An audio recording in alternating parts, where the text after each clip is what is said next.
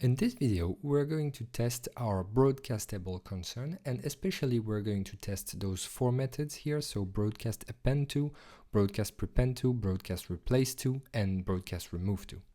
So in order to test them, we're going to create a new folder in the test folder called channels, and we are going to create a broadcastable test file.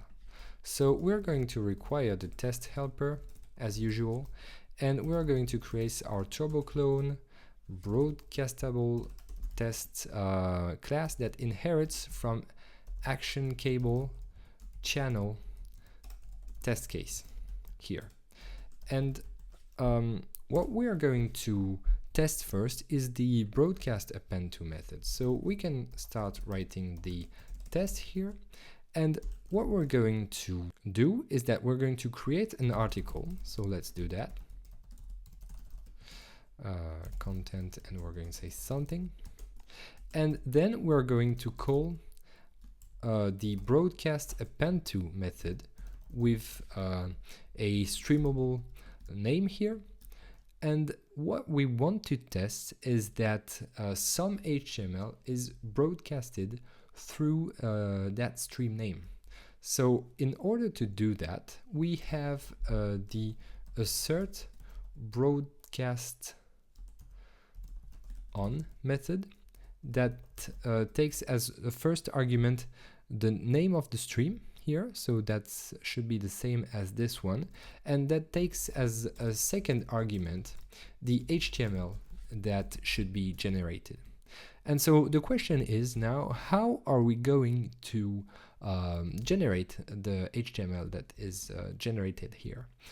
If we have a look at our broadcast append to method, we can see that it delegates here to the broadcast append to method from the turboclone streams broadcasts module, and this broadcast append to method here generates HTML thanks to the turbo stream action tag. And so the turbo stream action tag comes from this module here, and we're going to use it again because it is actually well tested in the controller test that we wrote here, the streams control test, where we checked that the HTML here is correctly generated for all the syntaxes of the tag builder, and the tag builder generates its HTML thanks to the turbo stream action tag. So we can safely reuse this turbo stream action tag in our test. So that's what we're going to do. We are going to include the turboclone action helper inside our test here in order to be able to use the turbo stream action tag method here. And in our case, we expect the action to be append. We expect the target to be articles, as it will be automatically guessed as we didn't pass one explicit target here. And for the template, what we expect is the application controller render article here.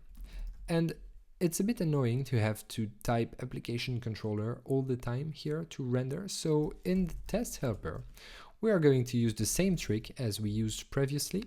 So what we're going to do is we're going to say that in this class here, we want to include those action view test case extensions that basically says that we're going to create a render method that delegates to application controller.render. So that way we should be able to remove this here. So our line is shorter and we should be able to test. So let's launch our test. And as we can see, it works as expected. So we're going to do exactly the same thing for the broadcast prepend to method. And this time we're going to override the target to make sure that it works as expected. So we're going to say broadcast prepend to the stream name stream here, and we are going to override the target to say board articles. And that way we expect the the generated HTML to be generated by the TurboStream action tag with the action of prepend and the target of board articles. So let's run our test again. And as we can see, they are all green. So we can move on to the next action. And the next action is the broadcast replace to method.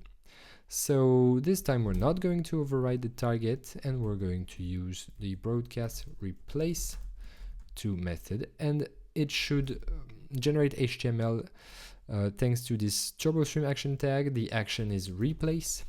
The target is the article itself, and that should be good. So let's run our tests.